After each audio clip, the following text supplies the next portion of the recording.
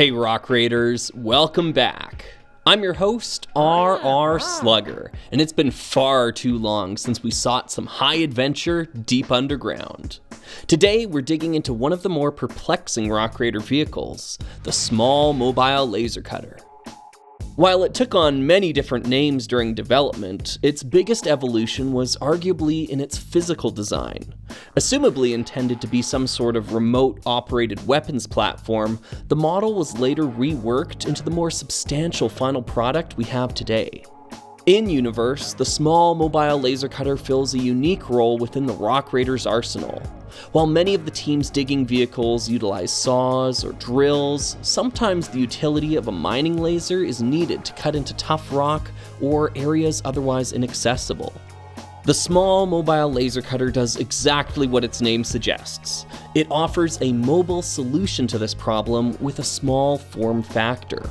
While understandably not as powerful as its larger brethren, there is no nimbler way to carry a mining laser within the fleet of vehicles at their disposal.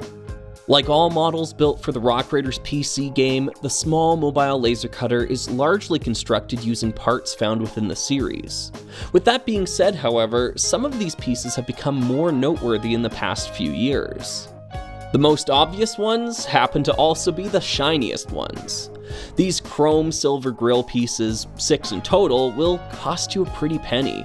You can always substitute them out for light gray facsimiles, but you do lose some of the sparkle. You do get to keep some of that sparkle in your wallet, however.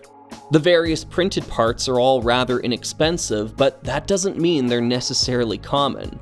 Unless you're already neck deep into collecting Rock Raiders sets, 3 spare louver slopes might be a tall order. The chevron sign on the back of the turret may also prove elusive, having been retired over 20 years ago. Some of the hardest pieces to source might be the ones you'd least expect, actually.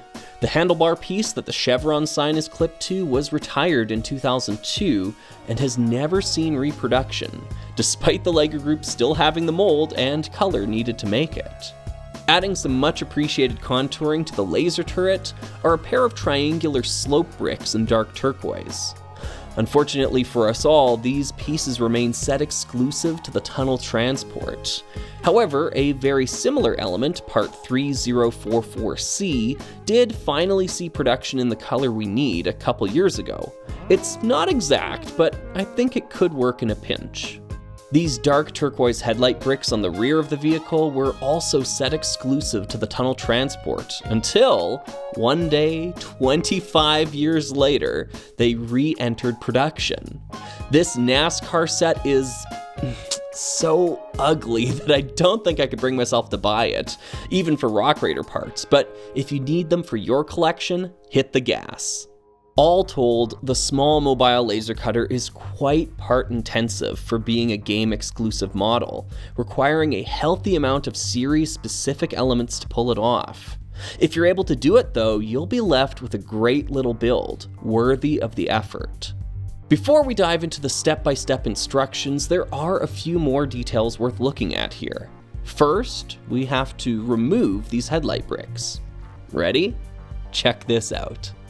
The laser turret is built upon a rail system, or at least that's the theory. Given that these parts exist within the Rock Raiders palette, and that this assembly would help explain the strange gap between the turret and chassis, I think it's pretty likely. This then begs the question, why? It could just be a simple means of constructing the model using the parts available and nothing more. But given the ease of attaching and detaching it, I don't know, I think there's something here. Maybe we were originally supposed to be able to deploy laser platforms within the caves of Planet U. Maybe the laser turret itself was intended to be interchanged with other modules, such as scanners or transport buckets. We can only speculate. Another odd detail worthy of speculation is the fact that the rear headlight bricks appear to hover above their intended stud connections. This is consistent in every render of the small mobile laser cutter, including its animation on the title screen. So why is this happening? Well, it could be that they were simply misplaced and are actually supposed to rest one plate lower like we have on our physical model. That being said, it's also possible that they're intended to attach to elements that aren't visible in the render. Even though the texture files seemingly deny this theory, we have seen this exact issue appear in other DDI renders, so I think it remains plausible. Maybe light gray pips on the undersides of these headlight bricks for easier removal in conjunction with a modular rail system? I'm just shopping theories though. Ultimately, it's a fascinating little gimmick and could have been a lot of fun had the model ever been released as a retail set. Because of the solid construction and toyetic design, I highly recommend the small mobile laser cutter. So, let's build one for ourselves right now.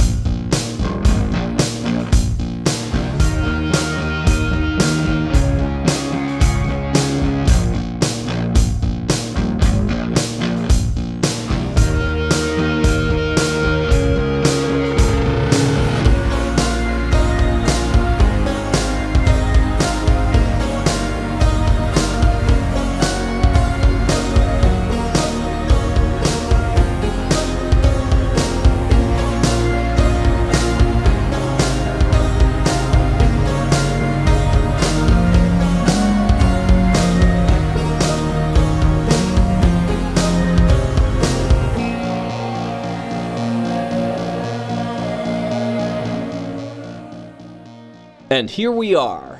It's worth mentioning that within the small mobile laser cutter is a sizable area that's unobservable from the sources we have. What we decided on was informed by our list of priorities, but ultimately it's just an educated guess. Go with your gut on this one. Even though this vehicle was likely ignored by players in the PC game, its physical design is frankly done a disservice by its video game adaptation. This is a really good Rock Raiders build and deserves to stand up there with some of the best retail sets if you ask me. If you're able, teleport one down from the LMS Explorer today. With that, we've finally completed all of the small vehicles in the game. There's one more structure needed before we can tackle the big boys though. I've been your host, RR Slugger, and I'll see you next time for some more high adventure deep underground.